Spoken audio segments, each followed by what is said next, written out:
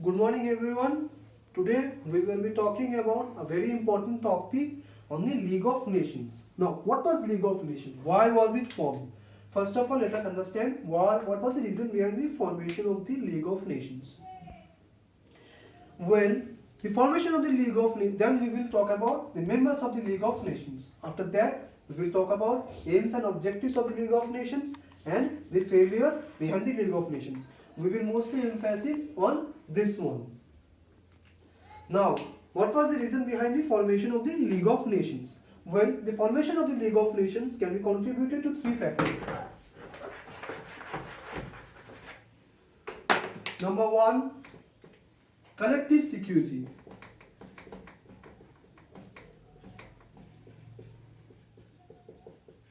Number two, as we know, the First World War killed many people and there was already Vienna Congress which failed to do anything. So the League of Nations was formed to collective governance.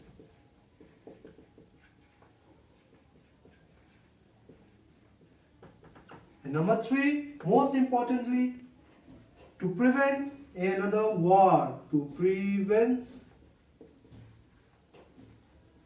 another war. Now, the three reasons were behind the formation of the League of Nations. Collective security. What is collective security? Well, a lot of us go to a lot of us heard about United Nations. United Nations is basically for the collective security. That means a place where a small, big and medium can come together and help each other for a union of nations which will prevent any warlike situations. That we call is collective security. What is collective governance? If you must have recently heard about Rohingyas exodus from Myanmar. This was actually a Yemen war, Syrian war, Libyan war, and many other wars. This is basically condemned or even came to a solution by the collective governance of the United Nations. This was first introduced in the League of Nations. The best example of the collective governance in the League of Nations will be the prevention of many hostile countries or the solution for the Bolshevik Revolution, to confront conclusion the Bolshevik Revolution, which we will study in next chapter. Bolshevik Revolution, for a fun fact, Bolshevik Revolution happened in Russia during 1916. Remember that, because we will talk about it in the next chapter. Next, we will talk about the prevention to prevent a second world war or to prevent a world war. Why was the League of Nations was formed? To prevent a world war. What was the necessity to prevent a world war? Well, the First World War killed a lot of people and they were scared of this another devastating war where there will be a death of millions of people. Now, some people might say this wasn't a world war, this was a European war. Well, that's not true. The world war was fought in many theaters, in Europe, in Middle East, in China, in Asia, Africa, even in North America and South America. That we will discuss in the previous, we will discuss in the next chapter. These were the three reasons behind the formation of the League of Nations. Well, mainly we can come to the conclusion that League of Nations was formed for this reason. But another reason was there to give a sense of security to the people living in these countries or in the European countries. Right. So, well, this was the reason behind the formation of League of Nations. Next, we will see the members of the League of Nations. Who were the members of the League of Nations?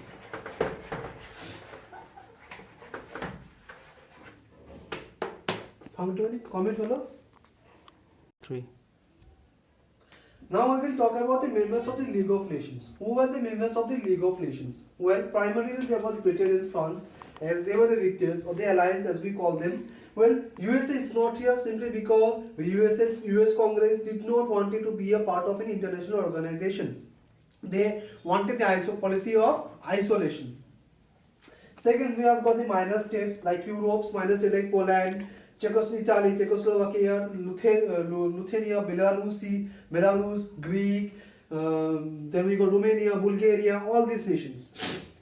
I call them minor simply because they were insignificant number. But you might see here Italy. I've written Italy as a minor state.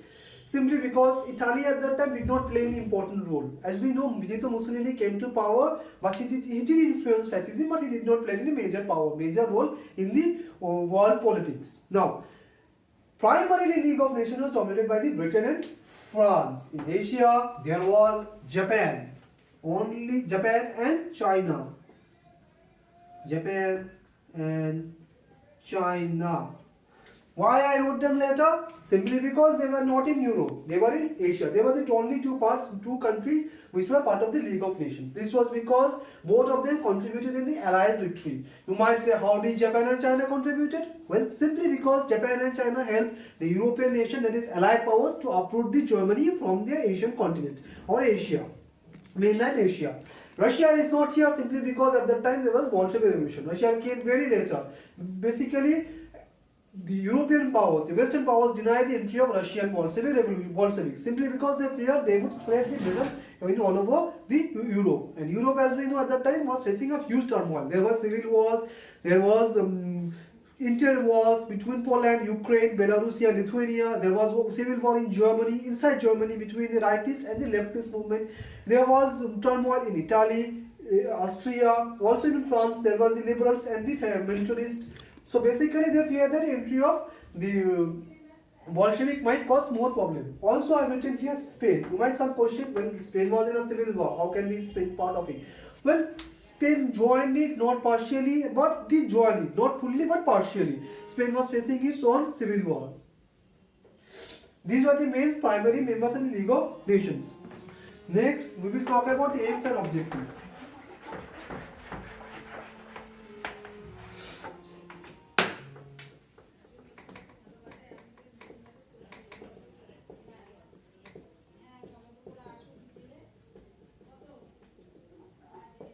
Number one, we already said the formation of League of Nations was because of the collective security. So this will be the aim and objective.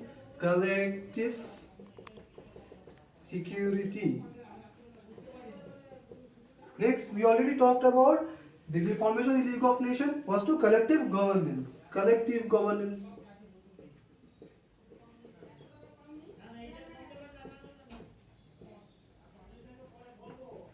Also, we talk about the prevention of the First World War on another war. So this will also be the aim and objective.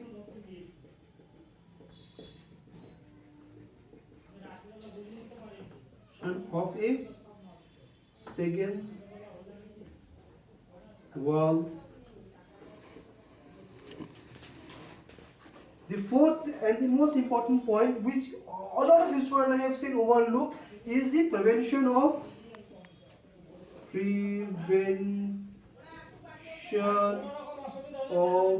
a economic collapse. And another point a lot of historians overlook is the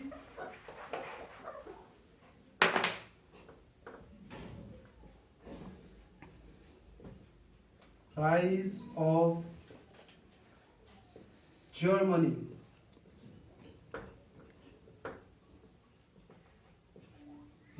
Now, we will only focus on these 2 points. Why was the rise of Germany a threat to the League of Nations? Well, the Treaty of Versailles clearly states that the World War happened because of the Germany. That means Germany was solely responsible for the World War. The League of Nations, or the countries which were part of the League of Nations, were mainly dominated by the Allies. They did not want a powerful Germany. For that, they took different steps. There were differences in opinion between France and Britain, but that we will not go in deep because it is out of this level, out of the context. Mainly it was formed to prevent the rise of Germany. Rise of a German country, powerful German country. Also to prevent of the economic collapse. Well, economic collapse or one of the main reasons why we see the Second World War happened. This was also because it was also formed so that the economic collapse does not happen. So the equal mutual treaties can actually openly happen and they can mutually trade with each other. But we will see this actually failed. In a lot of ways this actually failed. Also another reason was the prevention of communism. During that time, coming today, as we can see, there is a nationalistic movement all over the world, which is threatening the world peace. Same time, during that was the communism movement, which was a very important threat to the union of the countries, or to the League of Nations, or to the peace of the world. Before we start talking about the failure of the League of Nations, we will have to know what was the League of Nations, why was it standing. This is in the previous knowledge. So what was League of Nations? Well, the League of Nations was started after the First World War, when the Allied power realized that they needed some kind of governing body, world governing body, which will maintain peace, like today's modern nations, United Nations, or previously the Vienna Congress. Now the question arises, if the League of Nations was created, then how did the Second World War started, or what were the reasons behind the Second World War?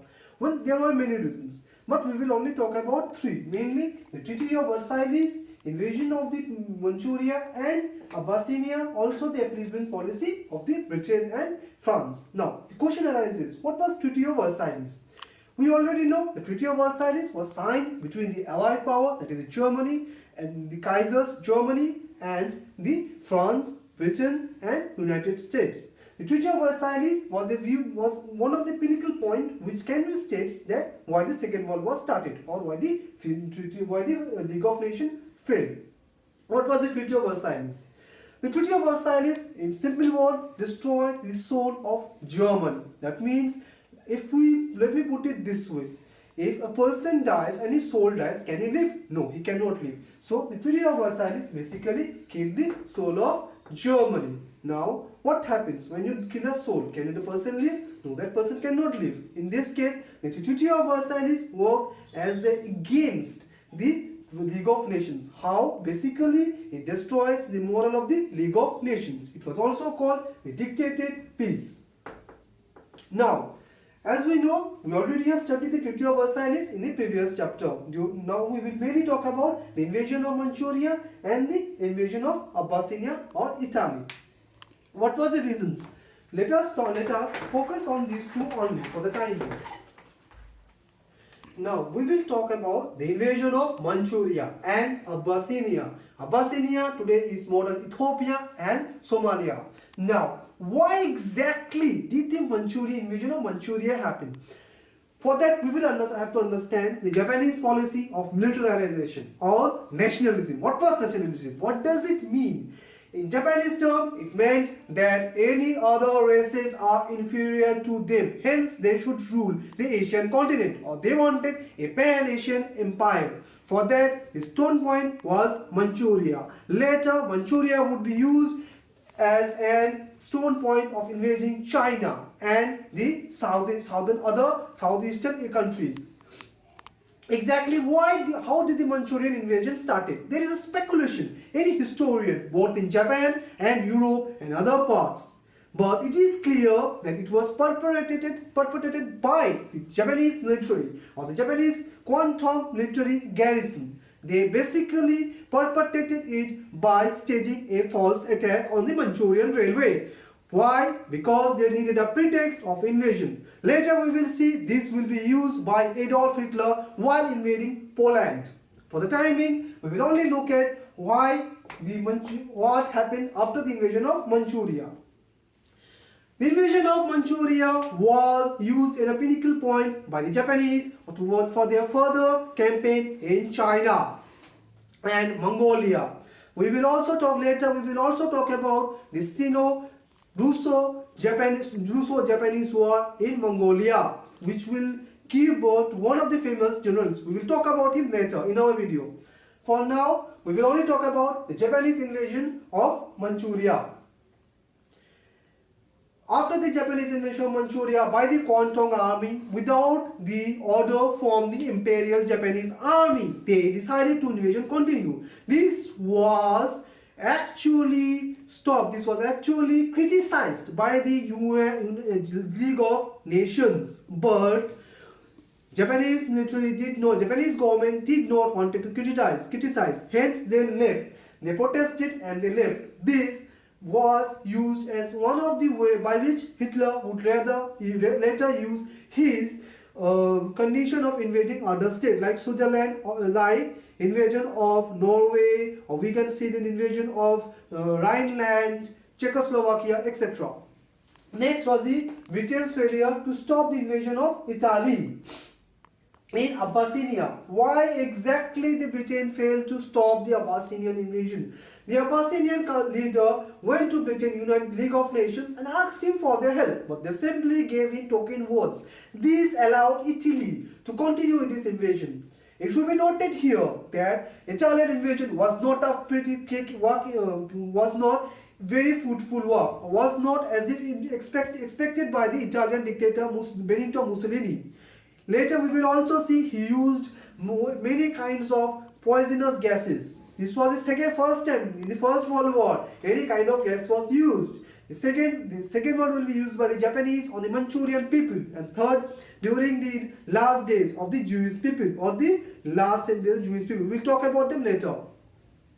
The failure of these two was, according to many historians, was the reason behind the failure of the League of Nations. Now about